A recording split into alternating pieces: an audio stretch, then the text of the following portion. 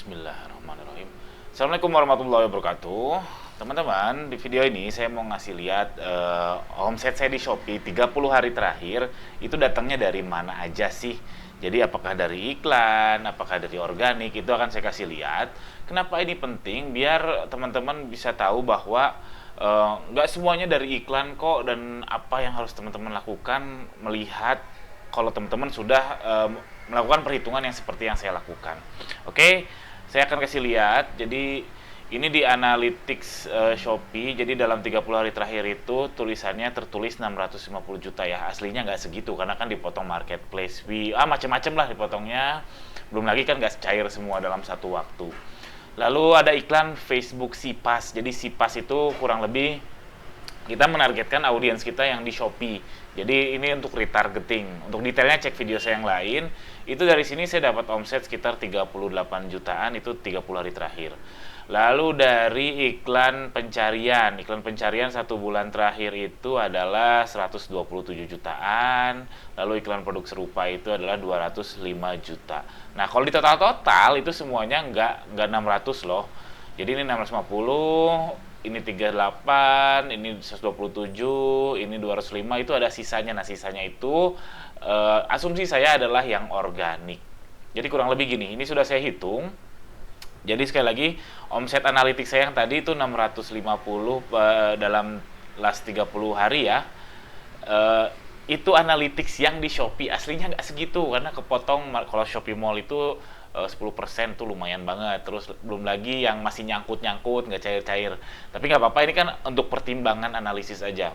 Kalau pertimbangan aktual itu beda lagi. Lalu Facebook Sipas itu 7%, iklan kata kunci 21%, iklan produk serupa 34%. Lalu organik ini ternyata 38%. Itu porsi terbesar dari omset kami, omset saya. Jadi ini penting karena teman-teman harus hitung juga porsinya berapa. Dan biasanya untuk toko baru, termasuk toko baru saya itu hanya ada di sini organiknya tuh nyaris nol. Ya itu wajar banget, nanti akan saya jabarkan. Nah, organik juga kebagi lagi menjadi promo campaign. Jadi kalau Shopee ada ngadain kayak kemarin 11-11 atau mantul sale atau apapun itu, kita ikutan, itu hitungannya organik. Kenapa? Kita sebenarnya nggak bayar langsung, cuman kita ngasih diskon, lalu dia muncul di homepage, itu diklik oleh orang, itu namanya organik. Lalu search, jadi itu kalau orang yang ngetik tapi nggak muncul karena iklan kita, munculnya karena organik aja gitu, kita nggak bayar untuk itu juga organik. Lalu eksternal seperti dari Instagram, dari website teman-teman, dari share WhatsApp teman-teman, itu kehitungnya organik juga dalam konteks ini. Beda lagi kalau teman-teman misalkan ngendorse, itu ya memang organik, cuman kan bayar, jadinya ya itu kompleks lah. Cuman dalam konteks ini yang saya sebut organik adalah seperti itu. Nah, ini semuanya berpengaruh teman-teman. Jadi kalau mau organiknya bagus, ininya FB Sipas harus bagus, iklan kata kunci harus bagus, iklan produk serupa harus bagus. Semuanya saling berkaitan. Oke, apalagi organik ini ya, kalau 3 ini oke, organik ini pasti bagus. Tapi pelan-pelan, nggak bisa langsung dalam satu malam, nggak bisa. Lalu kalau FB Sipas, pengalaman saya itu sangat pengaruh terhadap 2 ini, iklan kata kunci sama iklan produk serupa. Jadi dia akan meretargeting orang yang sudah ngeklik iklan kita, lalu kita retargeting di, semoga sehat yang naik motor, lalu kita retargeting orang tersebut di Facebook. Ini makanya saling berpengaruh. Makanya beberapa pertanyaan bahwa iklan produk serupa saya bagus tapi kata kunci jelek, apakah matiin kata kunci? Nggak gitu. Jadi saran saya lebih baik optimasi aja, lebih baik semuanya jalan meskipun budget terkecil, lebih baik kayak gitu. Karena ini saya yakin ini semua berpengaruh, dan menurut saya organik makin gede itu makin bagus. Dan organik itu pasti dipengaruhi oleh 3 ini, pasti itu karena nyambung ke penjualan, bintang, ulasan dan sebagainya. Dan kalau itu makin gede artinya makin stabil. Artinya apa? Tanpa Anda harus bayar. Jadi Anda nggak harus bayar, tapi omset datang. Itu kan mau kita kayak gitu, nggak usah ngiklan, omset terus datang. Itulah namanya organik. Makanya makin gede organik itu makin baik, makin stabil tokonya. Nah, toko baru gimana? Itu susah banget.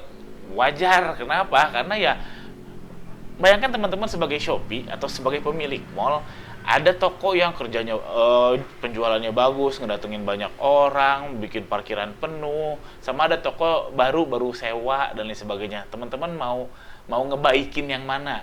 Mau ngasih privilege lebih ke yang mana? Ya tentunya ke yang laku, itu wajar banget. Ini berulang-ulang saya bilang, makanya kalau di sistem marketplace, sistem online itu ya memang yang kaya makin kaya, yang miskin susah kaya. Tapi itulah kalau di buku namanya zero to one, zero to one. Jadi kalau kita berhasil keluar dari zero menjadi one, alias dari miskin menjadi kaya, itu dia akan compounding terus seperti efek bola salju. Nah, apa yang harus Anda lakukan? Satu, saya menyarankan teman-teman ikuti Deep Hood Vlog, itu konten saya insya Allah setiap hari Rabu malam ya, jam 19.30 akan saya upload. Itu adalah toko baru saya yang ternyata tips-tips saya di tips-tips saya di YouTube sama blog ini ternyata nggak relevan ke toko baru, makanya saya bikin toko baru tersebut biar saya mengalaminya langsung. Jadi teman-teman bisa merefleksikan kasusnya, kemungkinan besar sama persis apa yang teman-teman lakukan, dan insya Allah saya akan mencari solusinya. Ya kita cari solusi bareng-bareng, kalau berhasil alhamdulillah, kalau enggak ya mohon maaf. Itu satu, jadi jangan lupa subscribe dan ikuti tiap Rabu malam ya 19.30 insya Allah. Lalu yang kedua, teman-teman harus sabar dulu boncos. Jadi jangan dulu pikir nyari untung deh untuk toko baru, yang penting ngumpulin bintang dulu, biar Shopee-nya suka dulu deh, biar nanti supaya organiknya pelan-pelan naik, dan ini nggak instan. Feeling saya paling cepat 3 bulan lah, dari toko nol banget, paling cepat itu 3 bulan. Parameternya apa? Kalau udah menjadi star seller, yaitu good, 3 bulan jadi star seller dari nol, itu luar biasa, itu keren. Lalu yang ketiga, semoga sehat yang naik motor. Lalu yang ketiga, saran saya perbanyak produk supaya teman-teman banyak belajar. Ibarat kata teman-teman banyakin kucing lah. Kalau kucing atau peliharaan, kalau punya banyak peliharaan, jadi ngurusnya beda-beda. Jadi teman-teman banyak belajar. Nah, perbanyak produk ini nggak harus ini kok, nggak harus beli produk baru, bikin produk baru, nggak harus. Kalau saya sering melakukan A/B test, yaitu produk lama aja, produk yang udah ada diupload ulang aja. Cuman pastikan foto judul berbeda, jangan sama persis, itu kehitungnya spam. Tapi kalau kode SKU sama, harga sama, produk fisiknya sama, itu nggak masalah. Oke, mudah-mudahan ada manfaatnya video ini. Jika teman-teman suka, tolong subscribe channel saya ini. Jangan lupa ikuti terus Deep Hood Vlog tiap Rabu jam 19.30, karena ini penting biar teman-teman bisa merefleksikan toko teman-teman ke toko saya. Saya berpengalaman, cuman ketika dihadapi dengan toko baru, saya juga kesusahan. Mudah-mudahan pengalaman saya bisa menjadi solusi untuk toko baru. Sekian saja. Assalamualaikum warahmatullahi wabarakatuh.